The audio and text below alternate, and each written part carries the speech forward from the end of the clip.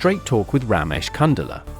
Hello and welcome to straight talk with Ramesh Kandala. సాధారణంగా Narendra Modi press ఇంటర్వ్యూలు ఇవ్వరు అని పేరు, కానీ తాజాగా ఆయన 3 గంటలకు పైగా ఒక పాడ్కాస్ట్ చేశారు. ఈ పాడ్కాస్ట్ విశేషాలేంటి, ఇందులో ప్రధాని ఏం చెప్పారు అనే విషయాలు ఇప్పుడు తెలుసుకుందాం. సార్, మీడియా ఇంటర్వ్యూలో కూడా పాల్గొనని నరేంద్ర మోదీ 3 గంటలకు పైగా పాడ్కాస్ట్ చేశారు. దీంట్లో మీకేమైనా ప్రత్యేకతలు కనిపించాయా? నరేంద్ర మోదీ మీడియాని ఇప్పుడు ఫేస్ చేయడం చాలా విమర్శలు. ఆయన దేశంలో ఉన్న మెయిన్ స్ట్రీమ్ మీడియాకి ఇంటర్వ్యూస్ ఇవ్వడం అని చెప్పి చాలా కాలంగా చాలా విమర్శలు వస్తుంటాయి. ఆ నేపథ్యంలో ఒక పాడ్కాస్ట్ ఏంటి, యూట్యూబ్లో వచ్చేది లేకపోతే ఎక్స్లో వచ్చేది అంతే కదా, అంటే not main stream media basically. ఇది అమెరికన్ పాడ్కాస్టర్ లెక్స్ ఫ్రీడ్మన్. అటువంటి ఒక పాడ్కాస్టర్కి 10 నిమిషాలు 15 నిమిషాలు కాదు, 3 గంటల 17 నిమిషాలు మొత్తం actual total length of the podcast. మామూలుగానే లెక్స్ ఫ్రీడ్మన్ కానీ ఇట్లాంటి వాళ్ళు పెద్ద పాడ్కాస్టర్లు, జో రోగన్ అని చెప్పి ఉన్నాడు నంబర్ 1 అతను, మినిమం 1.5 to 2 hours చేస్తారు. Lex Fridman actually regular type of a podcaster కాదు. అతను కొంచెం చాలా ప్రొఫౌండ్గా, ఇన్డెప్త్గా, స్పెషలైజ్డ్గా ఉండేవి చేస్తాడు.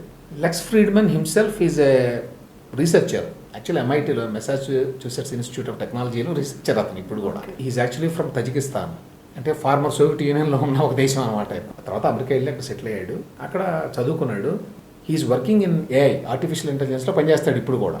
దాంతోపాటు ఈ లెక్స్ ఫ్రీడ్మన్ పాడ్కాస్ట్ అని చెప్పి నడిపిస్తున్నాడు. చాలా పెద్ద పెద్ద వాళ్ళని చేశాడు. కొన్ని పేర్లు చెప్తానంటే అతను ఏ స్థాయి వ్యక్తి అని తెలియడానికి డొనాల్డ్ ట్రంప్ చేశాడు, ఇజ్రాయెల్ పిఎం బెంజమిన్ నెతన్యాహుని చేశాడు, ఇలాన్ మస్క్ని చేశాడు, మార్క్ జకర్బర్గ్ని చేశాడు ఫేస్బుక్, జెఫ్ బెజోస్ని చేశాడు. వీళ్ళంతా పెద్ద పెద్దవాడు కదా, అమెజాన్. సో ఆ స్థాయి వాళ్ళని చేస్తాడు. సో అతను ఇండియాకి వచ్చి నరేంద్ర మోదీని చేయడం విశేషమే.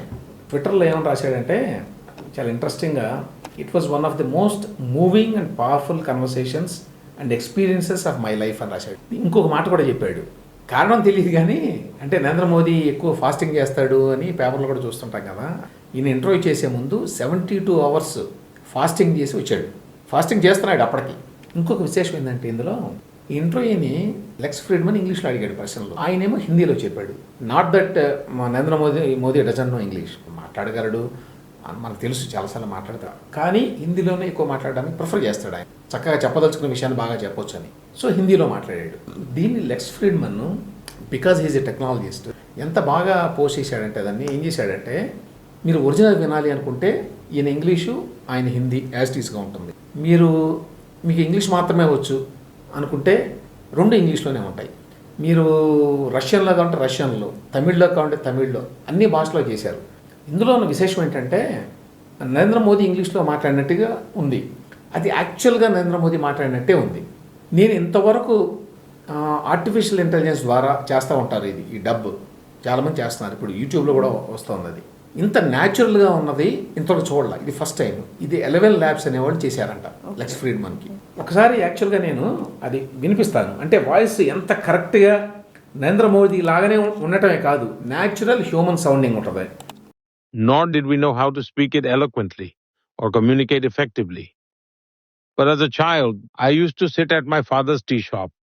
And at that young age, I got the chance to meet so many people. And every time I learned something from them. I observed their ways of speaking, their expressions. These things taught me a lot.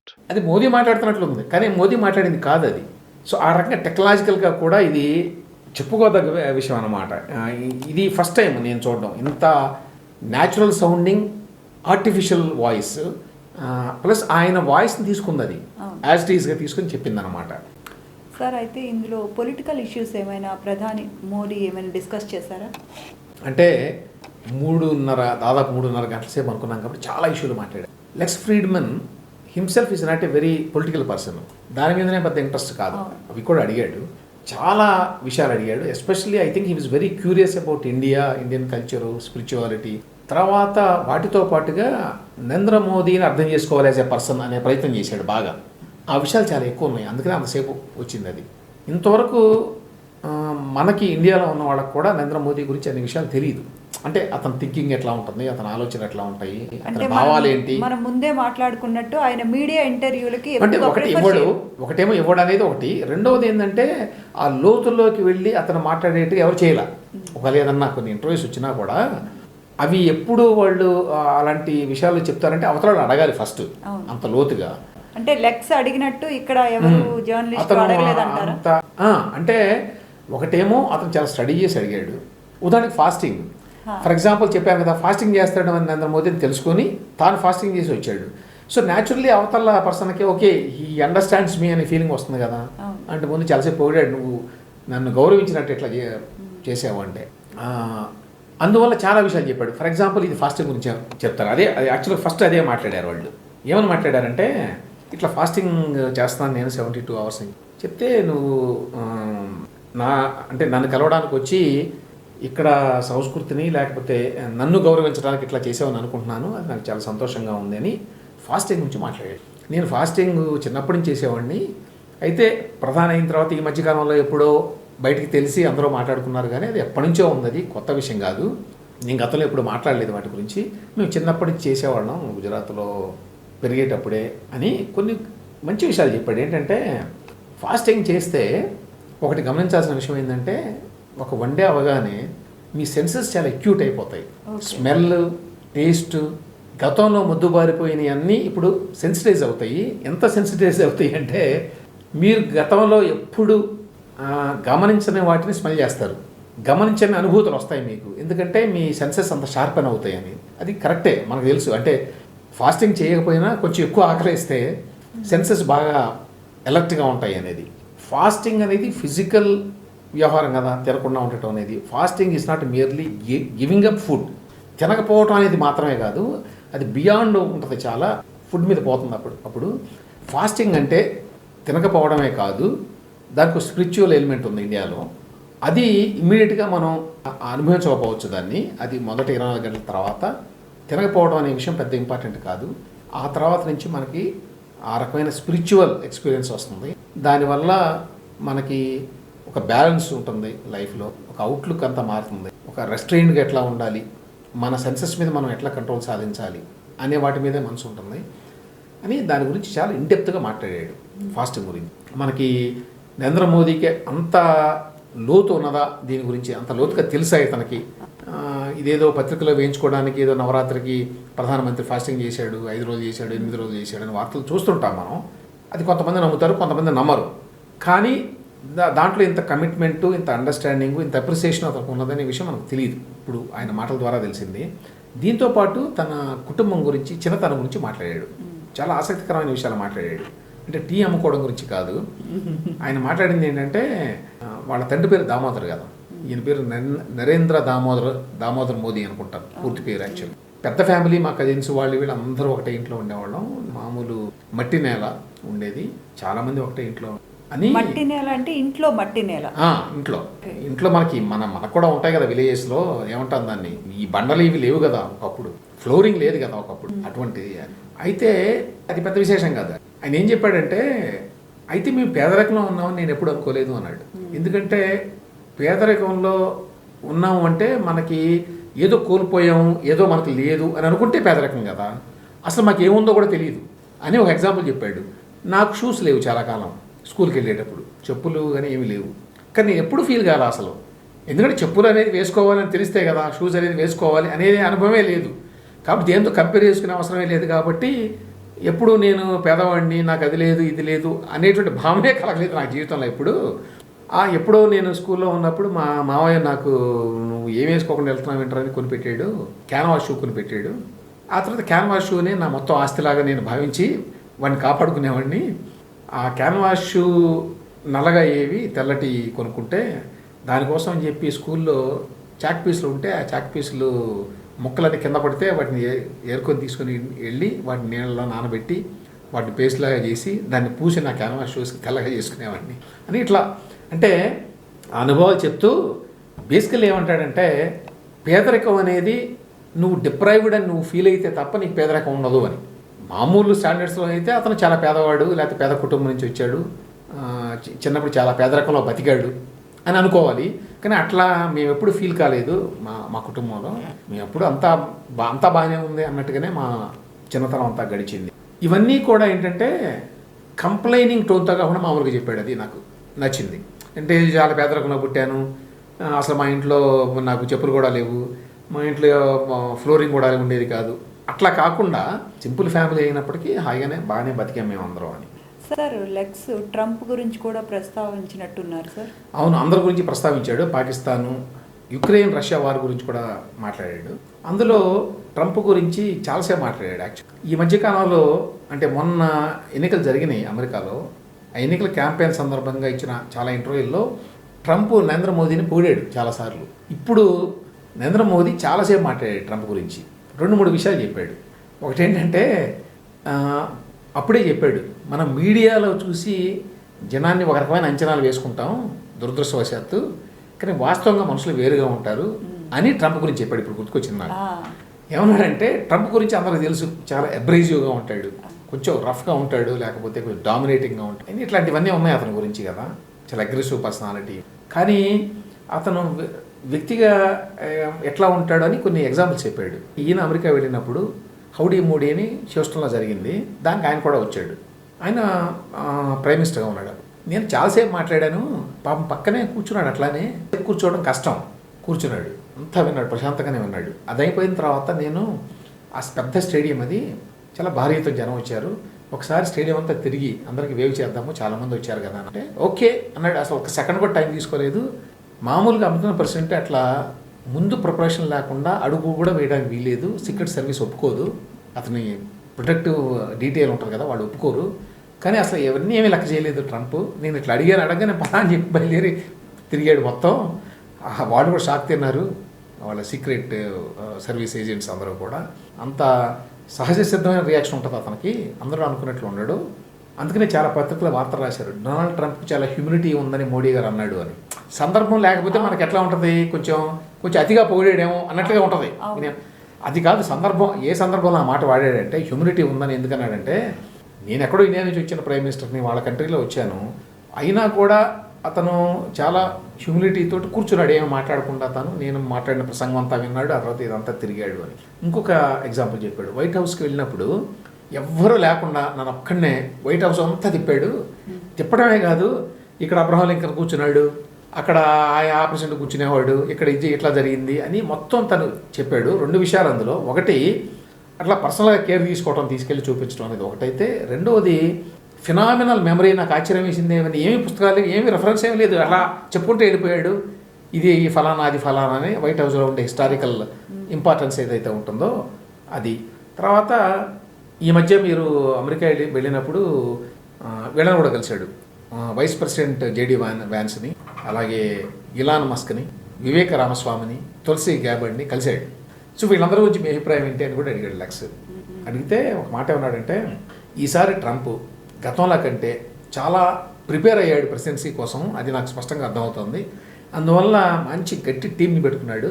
గతానికి ఇప్పటికి తేడా ఏమిటంటే, is not very prepared for the job, ఏం చేయాలి అనేది ముందే clarity ఉంది, అందువల్ల గట్టిగా నిలబడి చేస్తాడు. తర్వాత మా ఇద్దరికి ఒక కోరిక ఏంటంటే, అతను అమెరికా ఫస్ట్ అని చెప్పి ఆ నినాదంతో వచ్చాడు కదా, నాకు ఇండియా ఫస్ట్, అందులో ఏమి సందేహం లేదు. అందువల్ల ఒక రకంగా మా ఇద్దరికి సిమిలారిటీ అది అని అన్నాడు. చాలా చోట్ల నా గురించి చాలా పాజిటివ్గా మాట్లాడాడు, నేను కూడా విన్నాను. యాక్చువల్గా ప్రెసిడెంట్ కాకముందు, లాస్ట్ టర్మ్లో ప్రెసిడెంట్ కాదు కదా ఆయన 4 ఏళ్ళు, అప్పుడు ఈయన ప్రైమ్ మినిస్టర్గా ఉన్నాడు కదా, అప్పుడు మా ఇద్దరికి తెలిసిన వ్యక్తులు, కామన్ వ్యక్తులు ఎప్పుడు ఆయన కలిసినా కూడా convey my regards to Modi అని చెప్పి ప్రతి వాళ్ళతో అనేవాడు, అది కూడా నాకు చెప్పేవాళ్ళు వాళ్ళు. ఆ రకంగా ట్రంప్కి నాకు మధ్య మంచి సంబంధాలు ఉన్నాయి, ఒక ట్రస్ట్ ఉంది మా ఇద్దరి మధ్య అని చెప్పి చాలాసేపు మాట్లాడాడు ట్రంప్ గురించి. అది జనరల్గా ఇక ఇండియా గురించి, Indian spiritual traditions, non violence, peace చాలా మాట్లాడాడు వాటి గురించి. అంత లోతుగా నరేంద్ర మోదీకి అవగాహన ఉందని చెప్పి అనుకోలే నేనైతే. నేనే కాదు, యూట్యూబ్లో నేను కింద కామెంట్స్ కూడా చదివే, అసలు చాలామంది నిజంగానే ఆశ్చర్యపోయారు ఇంత డెప్త్తో మాట్లాడాడా అని. చాలా డెప్త్ తోటి చాలా విషయాలు. తర్వాత ఎక్కడ అగ్రెషన్ లేదు, మనకు బయట కొంచెం అగ్రెసివ్గా అనిపిస్తాడు నరేంద్ర మోదీ, ఈ ఇంటర్వ్యూలో మాత్రం చాలా బ్యాలెన్స్డ్గా. అంటే 2002 గుజరాత్ అల్లర్లు కూడా మాట్లాడినట్టున్నారు. అవును, అది కూడా మాట్లాడాడు, అది చాలా కీలకం కదా. అంటే ఇక్కడ బేసికల్గా ఒకటి అర్థం చేసుకోవాలి, మన వాళ్ళు ఏమనుకుంటారంటే వెంటనే మరి గుజరాత్ సంగతి ఏంటి అని అడగాలి, లేకపోతే నువ్వు అసలు మీడియాకి ఇంటర్వ్యూ ఇవ్వమంట కదా అని ఏదో అట్లా అడ్డగోలుగా అడిగితే ఏదేదో గొప్ప అనుకుంటారు.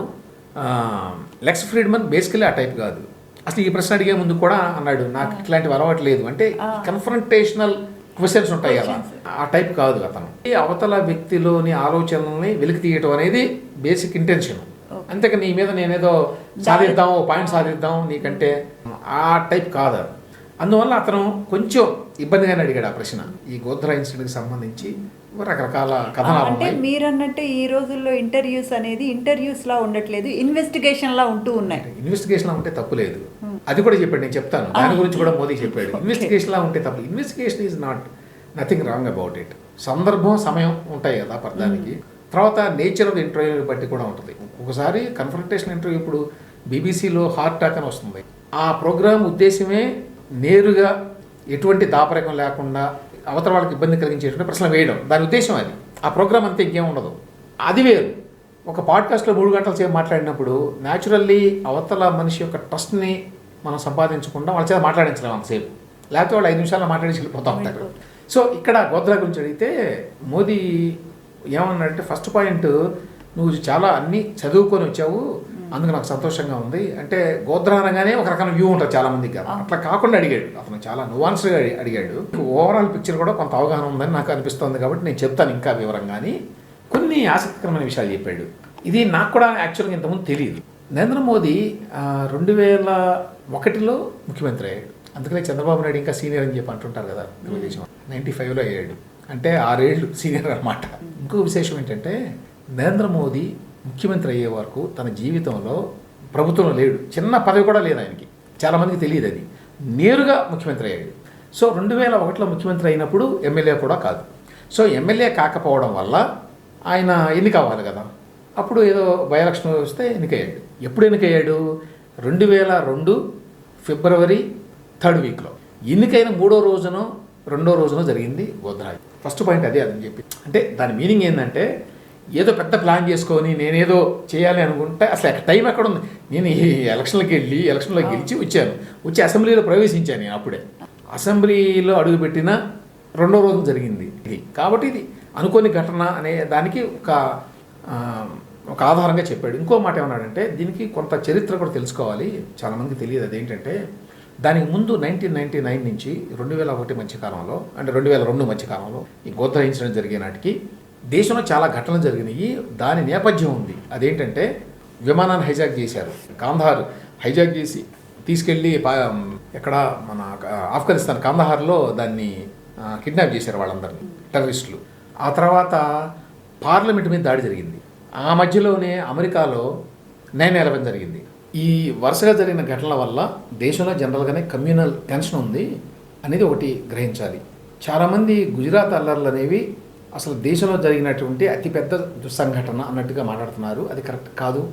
దానికి ముందు జరిగినాయి, దాని తర్వాత జరిగినాయి. ఒక ఎగ్జాంపుల్ ఏం చెప్పాడంటే, 2002కు ముందు గుజరాత్లో 250 కమ్యూనల్ రైట్స్ జరిగినాయి.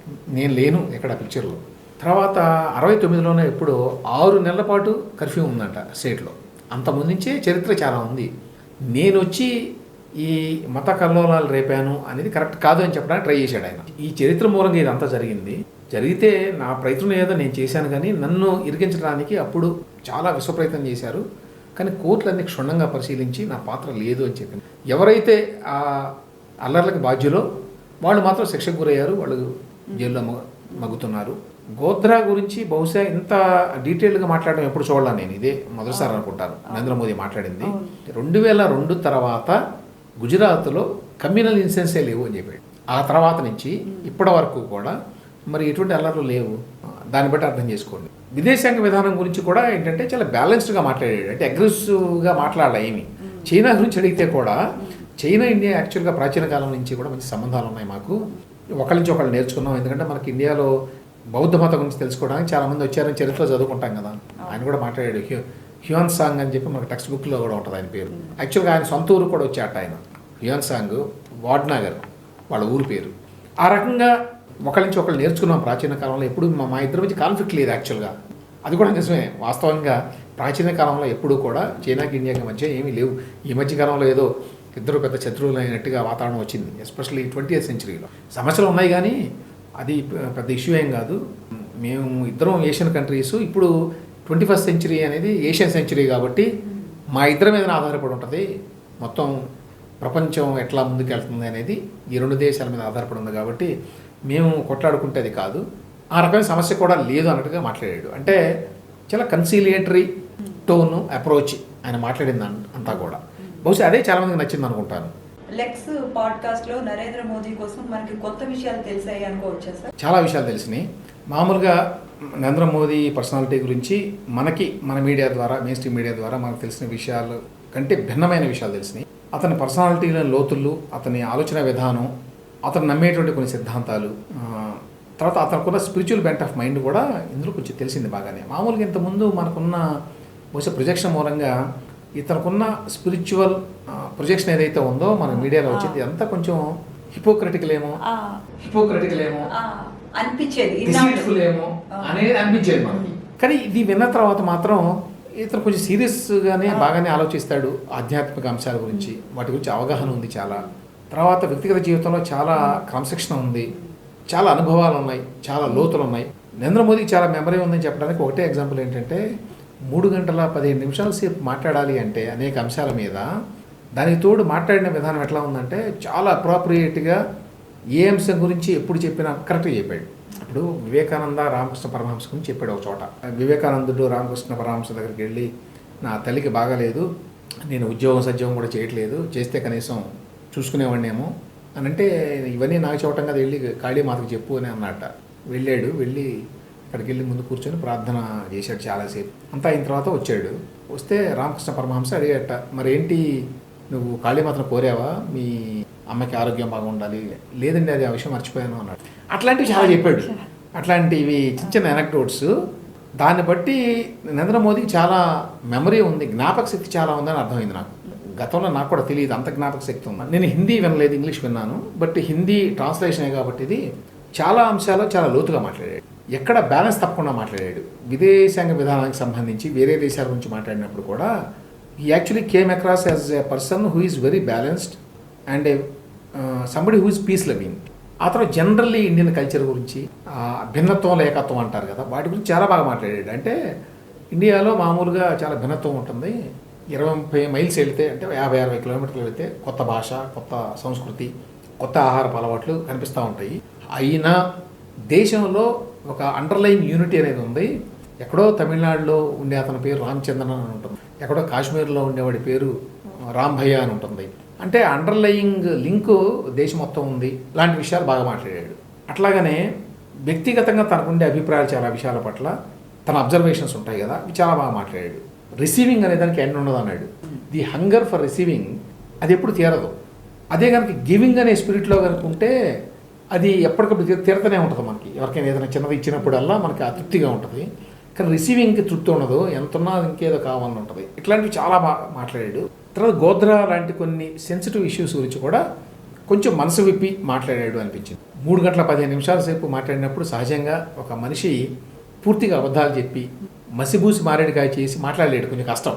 అంతసేపు ఒక అరగంట, పావు గంట అంటే ఏదో కబుర్లు చెప్పి చేయొచ్చు. కానీ ఆయన మాట్లాడిన మాటలన్నీ గొప్పగా ఉన్నాయి కాబట్టి నరేంద్ర మోదీ చాలా గొప్పవాడు అని కాదు, బట్ ఇతను ఆలోచనాపరుడు అనే విషయం తెలుస్తుంది. ఒక చోట ఒక ప్రశ్న వేశాడు, గాంధీ గురించి ఏదో వచ్చినప్పుడు టాపిక్, 20వ శతాబ్దంలో మహాత్మా గాంధీ ఇలాగా మీరు కూడా 21వ శతాబ్దంలో చాలా ప్రముఖులు అన్నట్టుగా అంటే లెక్స్ వెంటనే అది కరెక్ట్ చేస్తాడా లేదని చెప్పి అనుకున్నాను నేను. వెంటనే కరెక్ట్ చేశాడు.